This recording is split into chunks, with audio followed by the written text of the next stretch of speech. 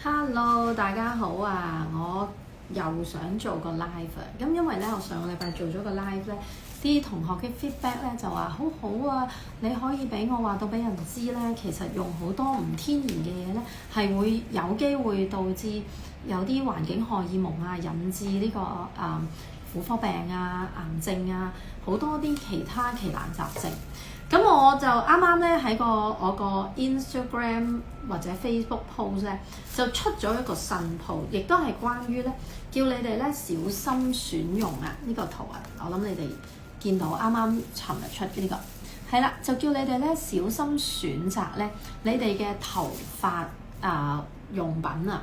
咁其實咧，因為我哋嘅頭髮用品裏邊咧，其實大部分我諗我哋行去超級市場買嗰啲洗頭水啊、護髮素啊、焗油啊、啲踩頭髮嘅嘢咧，大部分啦，我可以話90%咧都有一樣嘢叫直靈。咁直靈咧，你點樣睇到你嘅頭髮用品裏邊有直靈咧？其實咧，我呢個 post 都教咗你啦。咁咧，如果佢有一個叫環狀植養丸啊，咁其實佢就有幾個學名啦 ，D4、D5、D6 啦，或者咧有一個叫聚甲基貴氧丸 （Dimethycone） 啊，或者佢直成係寫住有直靈咧。咁其實呢啲嘢咧，我哋大家咧即係都好多人都會話俾你聽，喂，真係唔好用啊！咁呢啲成分，呢個直靈成分究竟對你有咩害咧？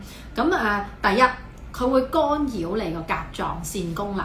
咁所以咧，其實依家咧，我身邊好多啲，尤其是女性咧，好多時候都有甲狀腺多得甲狀腺素太咩？甲狀腺亢奮啊，或者亦都唔夠，有啲人就唔夠甲狀腺素啊。咁所以咧，佢就會呢啲嘢咧就會干擾你個甲狀腺，咁就好多麻煩嘢嘅。甲狀腺如果唔平衡咧，會暴肥啦、暴瘦啦、食慾不振啦、水腫啦、瞓唔到啦、眼凸啦、成個經期亂晒啦，咁有好多問題出現嘅甲狀腺。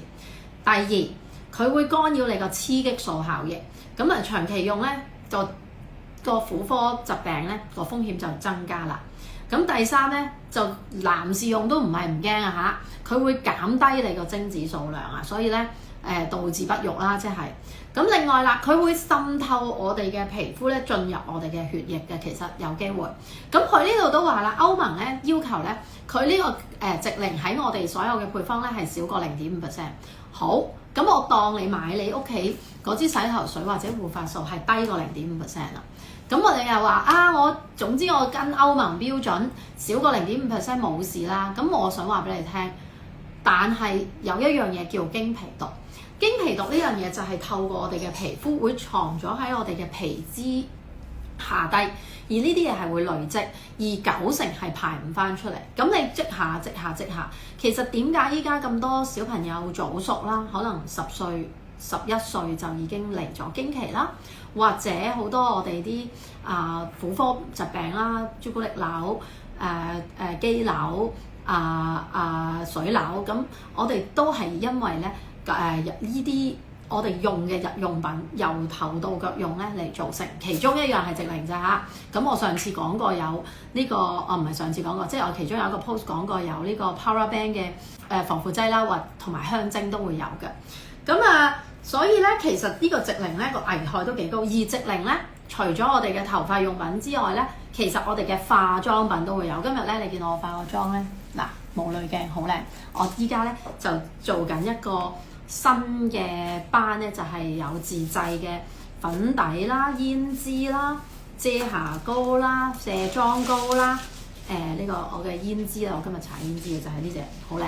咁另外眼影啦、眉筆啦、mascara 啦、好多嘢啊，咩 highlighter 粉啦、粉底啦。咁我今日搽咗咩咧？粉底，我個粉底好靚今日。我搽咗 BB cream 先，然後搽粉底，然後咧我就畫咗眉啦，搽咗我自己嘅整嘅胭脂啦，同埋搽咗我嘅 lip 嗰個叫咩唇彩啦，咁仲有搽咗少少眼影啊。咁我平時好少化妝嘅，咁我今日都化過自己整嘅嘅妝啦。咁其實我唔係好識化妝，咁但係都好好，真係好好用，同埋係全天然。冇直靈、冇 paraben、冇防腐劑啦，係啦，咁啊全植物啦。咁好啦，咁我哋講開咧，咁所以有啲咩人要注意唔好用有直靈嘅嘢咧？咁啊唔係淨係齊頭用品啊嚇，化妝品都係。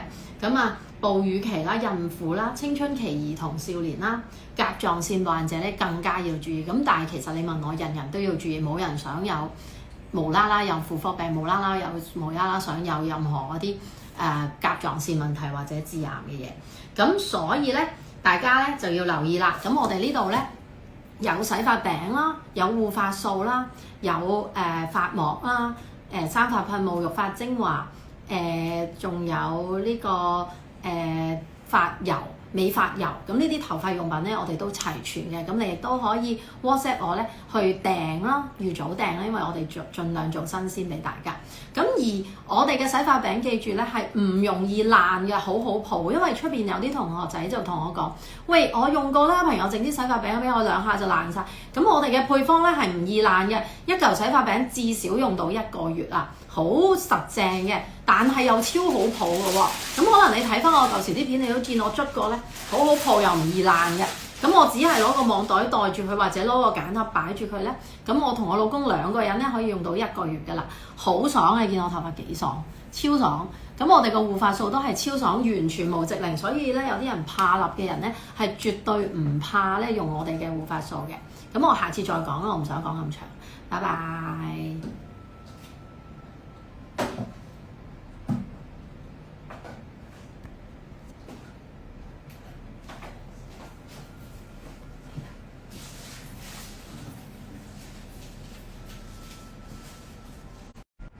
呢點樣散嘅？